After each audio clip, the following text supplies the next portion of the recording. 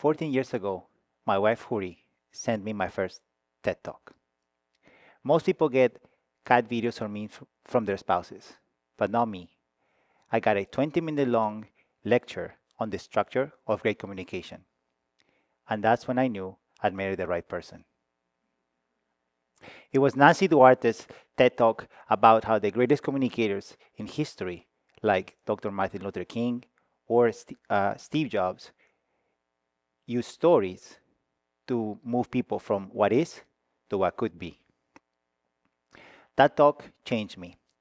It reminded me that when an idea is shared with empathy and intention, it cannot just transform communication, it builds momentum. And now we stand at a similar crossroads, with a technology transforming not just communication, but cognition itself, artificial intelligence. Every leap in technology starts with panic. In the 1900s, we thought the internet would isolate us, but instead, it connected billions. In the 2000s, we thought smartphones would ruin focus, but instead, they put the world's knowledge in our pockets. And when rideshare apps arose, we thought, do you want me to get into a stranger's car?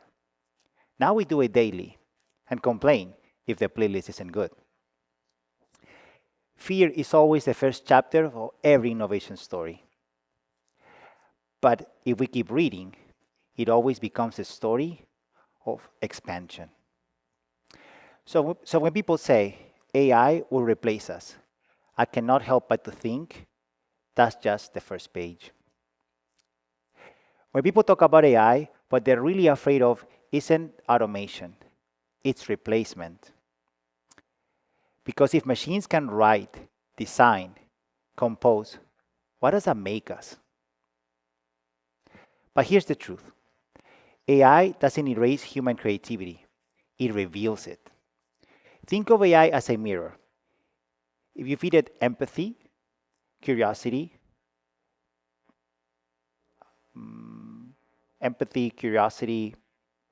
or purpose, it reflects that.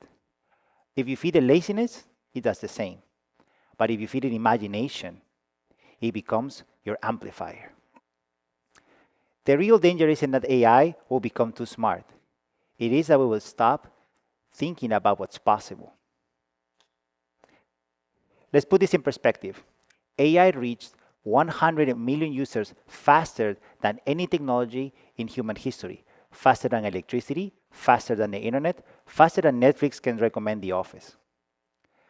But adoption isn't the same as understanding.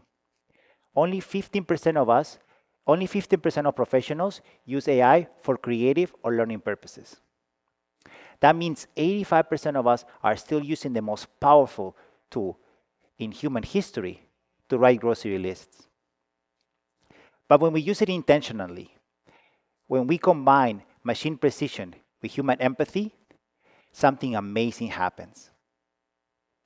I've seen teams design global learning experiences down from months to hours.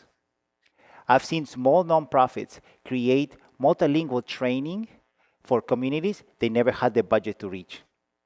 And I've seen people who never thought of themselves as creatives take ideas into reality in minutes. That's not replacement, that's enhancement. The future won't belong to those who control AI. It will belong to those who collaborate with it. Imagine an architect who can visualize 10 different design variations in 1 hour, but still takes clients through each one to feel what's right. Or a teacher who can personalize 30 different learning experiences for their students and finally has time to listen, to mentor, and to see who's falling behind. When you remove the repetitive, you make space for the reflective. And maybe that's the paradox of this age. The more artificial our tools become, the more human our work must be. When change comes, we have two choices, to contract or to expand. A fixed mindset says, AI will replace me. A growth mindset says, with AI's help, I might just become the best version of me. Also, it might finally help me finish the report I've been putting off. Research shows that the people that use AI as a tool for growth, don't just adapt faster, they innovate more.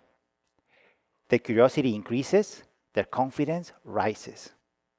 AI doesn't care if you're scared of it, but your mindset determines whether it's your rival or your reflection.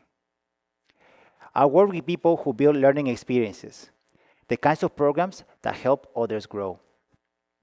A few years ago, designing those learning journeys would take months of coordination, collaboration, and revisions.